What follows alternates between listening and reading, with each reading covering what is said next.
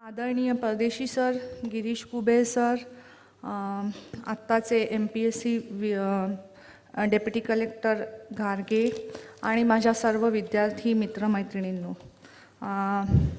Actually थोड्या short term नोटीसवर मी आली आहे. करण्यात आलं की तुमच्यापुढे येऊन मार्गदर्शन करायचं आहे, तर मला अचानक जाणवलं की फार एकदम मोठं वाटल्यासारखं होतं. मार्गदर्शन म्हणजे वय वगैरे अचानक जाणवतं ना की आपण खूपच मोठे झालोत आता. But fortunate enough I think हे एज असं आहे की एकदम 60 लेक्चर्स टाईप नाही आहे, पण हा थोडासा अनुभव प्रशासनाचा गाठीशी असल्यामुळे नक्कीच थोडं मार्गदर्शन करण्यापेक्षा अनुभव शेअरिंग म्हणता येईल, असं आज आपण अनुभव शेअरिंग करूया. आय होप सगळेजण इथे MPSC आणि UPSC ॲस्पिरंट्स असतील, एक्झाम्स देत असतील किंवा देण्याचा विचार करत असतील. मला असं वाटतं आज पहिल्यांदा तुम्ही हा विचार केला पाहिजे इथे आजचा 1 दिवस 2 दिवस तरी स्वतःला, की खरोखर तुम्हाला ह्या क्षेत्रात करिअर करायचं आहे का. कारण बराच वेळेला असं असतं की पिअर प्रेशर असतो किंवा आईवडिलांनी सांगितलं म्हणून करायचं असतं, किंवा एक असं असतं की कॉलेजमध्ये 4 जण करतात मग आपण पण करायचं, की MPSC हा करतो, अरे हा पास झाला मग 4 एक्झाम आपण पण देऊया. असा एक पिअर प्रेशर असतो किंवा सगळे करतात म्हणून करायचं असा एक प्रकार असतो, आणि म्हणून कित्येक वेळेला MPSC UPSCकडे वळलेही जातात. आणि मग अशा वेळेला जर आपली इच्छा नसेल आणि आपण काहीशा अनिच्छेने हे जर प्रयत्न करत असू, तर अशा वेळेला थोडासा आपल्याला प्रयत्न कमी पडू शकतात.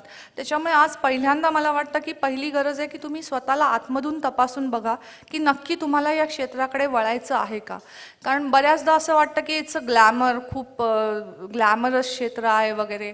आता माझ्यानंतर श्रीकर परदेशी सर पण आहेत, ते पण शेअर करतील. ग्लॅमरपेक्षा इथे रिस्पॉन्सिबिलिटी फार मोठी असते, कारण तुम्ही एक मोठ्या क्षेत्राचा भाग बनून तिकडचे अधिकारी बनून काम करत असता.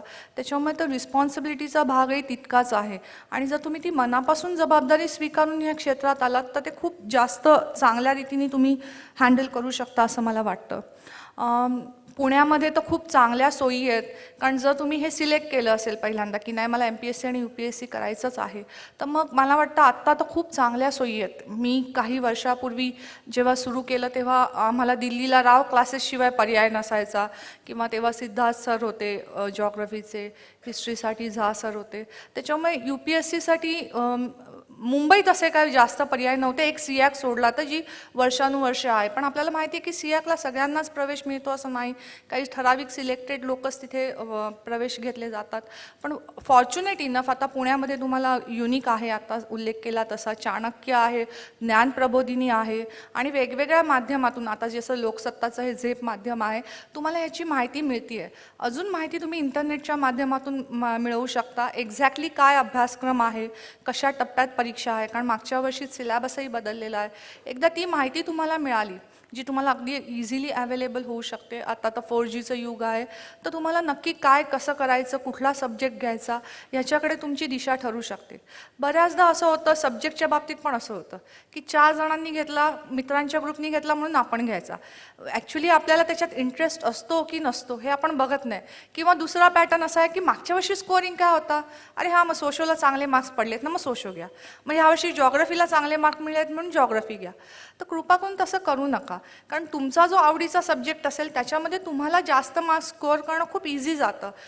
माझं तर असं म्हणणं राहील की तुमचा जो आवडीचा सब्जेक्ट आहे, ज्याच्यामध्ये तुमचं PG किंवा तुमचं ग्रॅज्युएशन झालं आहे, तो जर तुम्ही कंटिन्यू केलात तर तुम्हाला एक्स्ट्रा मटेरियल जास्त जे इतर विषयांसाठी जुळवाजुळव करावी लागते ते तुमचा थोडासा भार कमी होऊ शकतो. किंवा मग दुसरा घ्यायचाच असेल तर त्याच्यात तुम्हाला इंटरेस्ट पाहिजे. बऱ्याचदा असं असतं की आपला इंटरेस्ट या विषयात बिलकुल नसतो, तरीही आपण तो घेतो, आणि मग 2 अटेम्प्ट नंतर लक्षात येतं की अरे आपला इंटरेस्टच नव्हता. पण मग तोपर्यंत आपले मौल्यवान असे अटेम्प्ट जे असतात ते वाया गेलेले असतात. त्याच्यामुळे बेसिकली तुमचा आवडीचा इंटरेस्टचा विषय असेल तर तुम्हाला तो पेपर आणि ती परीक्षा फार सोपी जाऊ शकते. तिसरा मला सांगावंसं वाटेल सब्जेक्ट नंतर बॅकअप प्लॅन. बॅकअप प्लॅन ह्याच्यासाठी की मी स्वतः UPSCसाठी इंटरव्ह्यूपर्यंत गेले होते. बरेच UPSC MPSCचे ॲस्पिरंट्स बघितले जे वर्षानुवर्षे मेहनत करतात आणि मग एखाद्या वेळेस जर नाही सक्सेस झालं तर मग नंतर जी डिप्रेशनची खाई असते ती फेस करणं फार डिफिकल्ट असतं. मी अनेक माझ्या आजूबाजूला असे बघितलेत. अनेक उच्च विभूषित होते, काही डॉक्टर्स होते आणि मग नंतर आफ्टर 30 जर ते झालं नाही तर मग स्वतःला डिप्रेशनच्या खाईत झोकून देतात आणि मग ते आयुष्य त्यांना फार डिफिकल्ट वाटतं.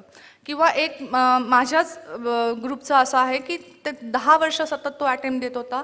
फॉर्च्युनेट इनफ 10व्या वर्षी तो झाला आणि आता IPS आहे दिल्लीमध्ये IDCP. पण परत तेच आहे की इट्स अ कन्सिस्टंट अटेम्प्ट.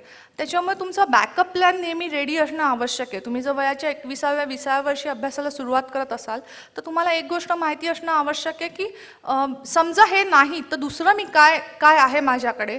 कारण जसं मी माझ्या मित्राचं उदाहरण दिलं आता जो DCP आहे तो टॉपर होता. 12वीत महाराष्ट्रात टॉपर, UDCTमध्ये केमिकल इंजिनिअरिंगमध्ये टॉपर. पण जेव्हा त्याचे अटेम्प्ट असे सुटायला लागले की सक्सेस नाही मिळाला तोपर्यंत असं झालेलं की त्याच्याबरोबरचे जे होते ते सगळे पुढे निघून गेलेले. तोपर्यंत त्याचे इंजिनिअरिंगचं नॉलेज जे होतं ते एवढं अपग्रेड झालेलं की तो गॅप जो होता तो त्याला भरणं डिफिकल्ट होतं. ऑफकोर्स त्याचं सिलेक्शन झालं म्हणून त्याला काही जास्त प्रॉब्लेम आला नाही. परंतु अशा वेळेला असं असतं की आपलं अपग्रेड नसेल नॉलेज आपण ज्या फील्डमध्ये आहोत किंवा आपला दुसरा कुठला बॅकअप प्लॅन तयार नसेल तर मग आपल्याला इतर गोष्टी फेस करणं फार डिफिकल्ट जातं. कारण कित्येकदा आपल्याला माहिती आहे की घरच्यांकडून पण प्रेशर असतो की 4 वर्ष नाही झालं तर मग 4 वर्ष तू काय करतोयस. बऱ्याचदा असं घरच्यांचा पण प्रेशर असतो, मग तो प्रेशर जास्त बिल्ड होतो. तर त्याच्यामुळे आपल्याला आपलं साऊंड नॉलेज इतर आपलं ज्या क्षेत्रातून आपण येतोय त्या क्षेत्रामधलं नॉलेज आणि अपग्रेड करणं स्वतःला हे देखील तितकंच अत्यंत आवश्यक आहे.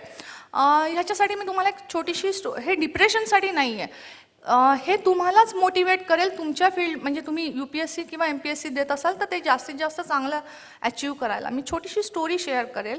एकदा एक खूप मोठा बिझनेसमन असतो, करोडपती असतो, त्याचा पूर्ण लॉस होतो आणि असाच तो एका ठिकाणी बसलेला असतो एका बागेत की आता माझा पूर्ण लॉस झाला आणि आता मी काय करू, मला लाईफ संपवण्याशिवाय काय दुसरा पर्याय नाही. तर तिथे असाच एक माणूस येतो जो त्याला रडताना बघतो आणि विचारतो की काय झालं. तर तो सांगतो की असं असं आहे आणि आता मला बहुतेक लाईफ संपवलं पाहिजे, मी बहुतेक इथे जी नदी आहे तिथे जाऊन जीव देईल वगैरे. तर तो शांतपणे त्याच्या खिशातून चेकबुक काढतो, त्याच्यावर 5 कोटी लिहितो आणि त्याला सही करून देतो. ते म्हणे हे घे, हे 5 कोटी घे, तुझ्या बिझनेससाठी तू वापर, पण एकच अट आहे, 1 वर्षाने तू मला पुन्हा इथेच भेटायचं आणि हे पैसे मात्र मला परत करायचे.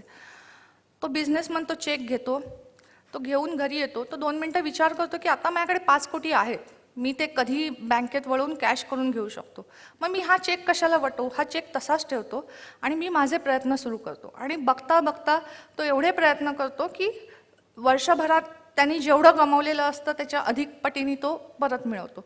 आता वेळ असते तो चेक रिटर्न करण्याची. तो चेक आणि गिफ्ट्स वगैरे घेऊन परत त्या गार्डनमध्ये जातो वर्षभरानंतरच्या दिवशी आणि तिथे त्याला तो जो असतो माणूस तो भेटतो आणि तो त्याला म्हणतो, अरे हा तुमचा चेक द्यायला मी आलो आहे. तो त्याला चेक देणार इतक्यात एक धावत मागून नर्स येते, त्याला पकडते आणि म्हणते, कोणाशी बोलताय तुम्ही, हा वेड्याच्या इस्पितळातून परत आलाय, तुम्ही त्याला कसला चेक देताय. ह्याच्यात मित्रांनो लक्षात घ्या, फक्त एक मेंटॅलिटी की माझ्याकडे एक सिक्युरिटी आहे, एक बॅकअप प्लॅन आहे, त्या एका मेंटॅलिटीवर तो गेलेलं सगळं वैभव परत मिळवतो. त्याच्यामुळे तुमच्याकडे जेव्हा एक सिक्युरिटी असेल आतमध्ये, एक माहिती असेल की नाही, तेव्हा तुम्ही तुमच्या कुठलीही असो, MPSC असो, UPSC असो किंवा इतर कुठली असो, तुमच्या करिअरमध्ये तुम्ही अधिक जास्त रीतीने झोकून देऊ शकता आणि तुम्हाला पाहिजे ते अचीव करू शकता. आणि त्याच्यामुळे जर समजा इनकेस अशी जसं मी डिप्रेशनच्या काही केसेस सांगितल्या तर तसंही काही प्रॉब्लेम येत नाही, बिकॉज तुम्हाला माहिती असतं की तुमच्याकडे एक प्लॅन B तयार आहे. ह्यानंतर मी मला वाटतं की 3 गोष्टी फार महत्त्वाच्या आहेत ह्या एक्झाम्ससाठी. First is a patience, second consistency आणि थर्ड नाव सिन्स तुमची यंग जनरेशन आहे, I will say smart hard work. नुसतं हार्डवर्क नाही तर स्मार्ट हार्डवर्क. पेशन्स ह्याच्यासाठी महत्त्वाचं आहे की आता तुम्ही प्रत्येकजण एक्झाम देताय, त्याच्यामुळे तुम्हाला माहिती आहे की ह्या एक्झामचं एक शेड्यूल आहे. कमीत कमी वर्ष MPSCसाठी तर मला वाटतं 1.5-2 वर्ष अजूनही लागत असतील कदाचित. पण कारण मी जेव्हा देत होते तेव्हा पहिल्या वर्षी प्रिलिम, दुसऱ्या वर्षी मेन्स आणि तिसऱ्या वर्षी इंटरव्ह्यू, असं काहीतरी फार भयानक शेड्यूल असायचं आणि जे डिफिकल्ट वाटायचं. तर त्याच्यामुळे जर तुम्ही जोपर्यंत तुमच्यात पेशन्स नसेल आणि कन्सिस्टन्सी नसेल तर त्या एक्झामचं जे प्रेशर आहे, स्ट्रेस आहे, कॉम्पिटिशन आहे, ते फेस करणं थोडं डिफिकल्ट जातं. आणि दुर्दैवाने असं झालं आहे की आजकालचं जनरेशन एव्हरीथिंग त्यांना इन्स्टंट हवं असतं. Like instant noodle. पूर्वीच्या काही थोडा तरी वेळ पेशन्स असायचा, पण आता बँकेत उभं कोणी राहत नाही. आपल्याकडे ATM कार्ड असतं, क्रेडिट कार्ड असतं, डेबिट कार्ड असतं. आपल्याला इन्स्टंट कॅश हवी असते. पूर्वीच्या काही पत्रव्यवहार होता, आता एका क्लिकवर आपण ईमेल करतो, पत्र काय असतं हे विसरून गेलं. सो आपण तो संयम आहे तो थोडासा आपला सगळं इन्स्टंट हवं असतं. आणि त्याच्यामुळे आपल्याला वाटतं एक्झाममध्ये देखील आज मी मेन्स दिली किंवा आज मी प्री दिली की लगेच मला मिळेलच, अशी जी भावना असते. आणि मग ती जर ती नाही झाली तर मग परत इम्पेशन्स, आणि मग इम्पेशनमुळे येणारी एन्झायटी, हे चक्र परत सुरू होतं.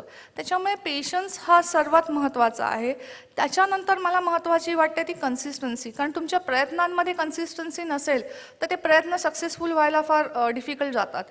जसं तुमच्यापैकी बरेच जण जिमला जात असतील. आपल्याला वाटतं की जसे जॉन अब्राहमसारखे मसल एका दिवसात व्हावे, ते होत नाहीत. It takes some time. तुम्हाला तुमचा ट्रेनर सांगतो की 1 महिना तुम्हाला हे करावं लागेल, त्याच्यानंतर 1 महिना, आणि मग हळूहळू ते होतं. तर त्याच्यामुळे ते सातत्य जे आहे प्रयत्नातलं ते ठेवायला लागतं. तुम्ही म्हणाल आज मी 4 दिवस अभ्यास करेल आणि नंतर मला कंटाळा आला, मी करणार नाही, तर ते तसं होणार नाही. असं म्हणतात की Rome was not built in 1 day. So it's a consistent effort. तुम्ही ते केले तर नक्कीच सक्सेस तुमचं आहे.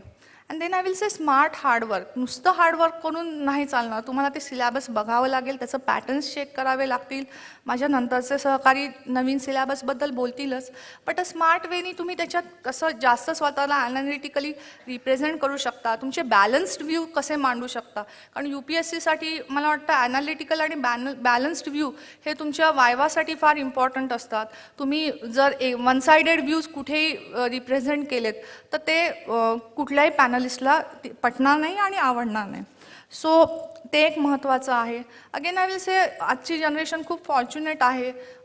पूर्वीसारखं नाही आहे. आता 4G नेटवर्क्स आहेत, तर तुम्हाला खूप सारे रिसोर्सेस आहेत, खूप सारी माहिती आहे. तुम्ही इकडची माहिती, देशातली माहिती, परदेशातल्या माहितीशी कम्पेअर करू शकता, त्याचं ॲनालिसिस प्रॉपर करू शकता आणि स्वतःला चांगल्या रीतीने रिप्रेझेंट करू शकता.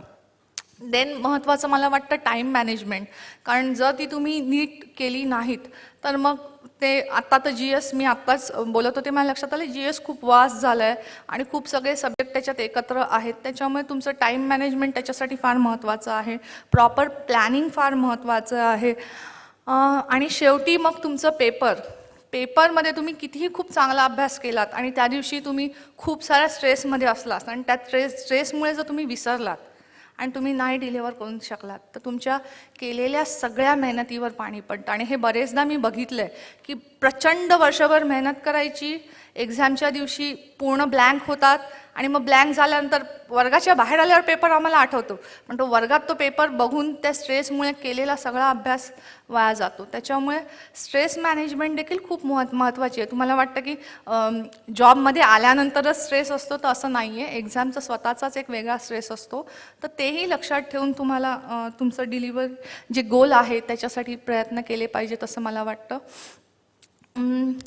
त्यानंतर जेव्हा तुम्ही अचीव करता, मी जसं म्हटलं की प्रत्येकाला वाटतं की खूप ग्लॅमरस करिअर आहे किंवा काय, आणि एकदा माझी तर खूप इच्छा आहे माझ्या समोर बसलेल्या प्रत्येकाने सिव्हिल सर्व्हिसमध्ये उत्तीर्ण व्हावं, पास व्हावं आणि प्रशासनात यावं. माझ्या खूप साऱ्या शुभेच्छा आहेत. पण जेव्हा तुम्ही पास होता तेव्हा तुमचं सगळं गोल संपतं, तुमचं सगळी जर्नी संपते असं नाही, तर तिथे तुमची खरी जर्नी सुरू होते. कारण तिथे तुम्हाला आता पुढच्या टप्प्याला सामोरं जायचं असतं. आणि पुढचा टप्पा जो असतो, जसं मी म्हटलं की तुम्ही किती आउटपुट देता आणि किती चांगल्या रीतीने देता त्याच्यावर खूप महत्त्वाचं आहे ते. मग तुम्ही कुठल्याही सर्व्हिसमध्ये असा. आणि बऱ्याचदा असं होतं की एकदा सर्व्हिसमध्ये आलो की हे मी केलं, ते मी केलं, आणि मग ती आय फिगर एवढी मोठी होते की आपल्याला वाटतं की मी नसेल तर काही होऊच शकत नाही. पण तसं काही नसतं.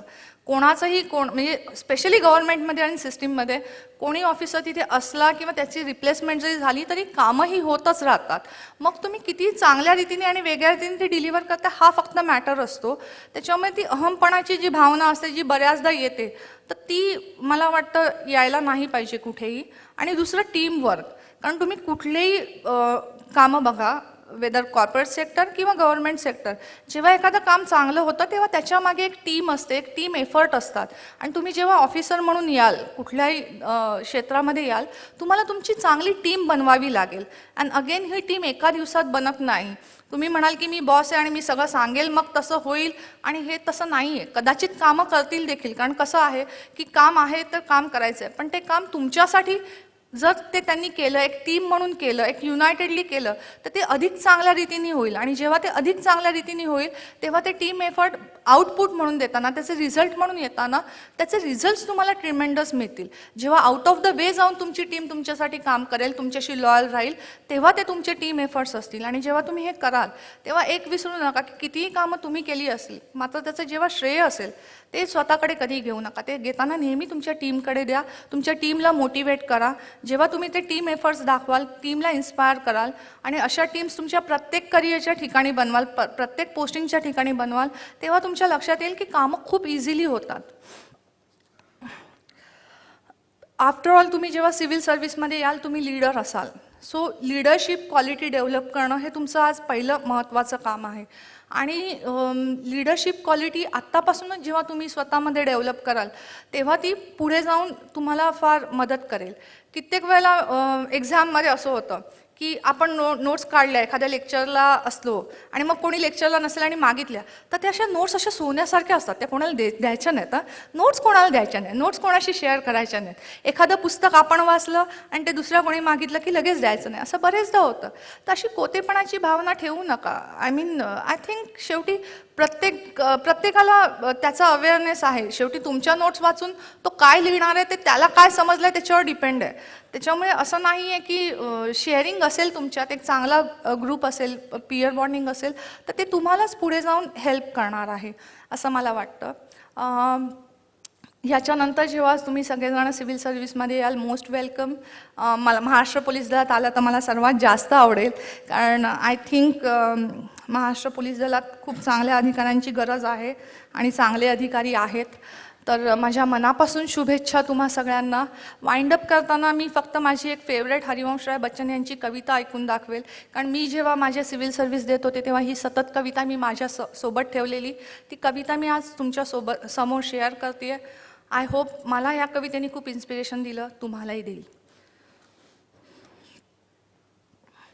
लहरों से डरकर नौका पार नहीं होती, कोशिश करने वालों की कभी हार नहीं होती. नन्ही चींटी जब दाना लेकर चलती है, चढ़ती है दीवारों पर 100 बार फिसलती है. मन का विश्वास रगों में साहस भरता है, चढ़कर गिरना गिरकर चढ़ना ना अखरता है. आखिर उसकी मेहनत बेकार नहीं होती, कोशिश करने वालों की कभी हार नहीं होती. डुबकियाँ सिंधु में गोताखोर लगाता है, जा जाकर खाली हाथ लौट आता है. मिलते नहीं सहज ही मोते गहरे पानी में, बढ़ता है दुगना उत्साह इसी हैरानी में. मुट्ठी उसकी खाली हर बार नहीं होती, कोशिश करने वालों की कभी हार नहीं होती. असफलता एक चुनौती है स्वीकार करो, क्या कमी रह गई है देखो और सुधार करो. जब तक ना सफल हो नींद चैन को त्यागो तुम, संघर्ष का मैदान छोड़कर मत भागो तुम. कुछ किए बिना ही जय जयकार नहीं होती, कोशिश करने वालों की कभी हार नहीं होती. जय हिंद, जय महाराष्ट्र.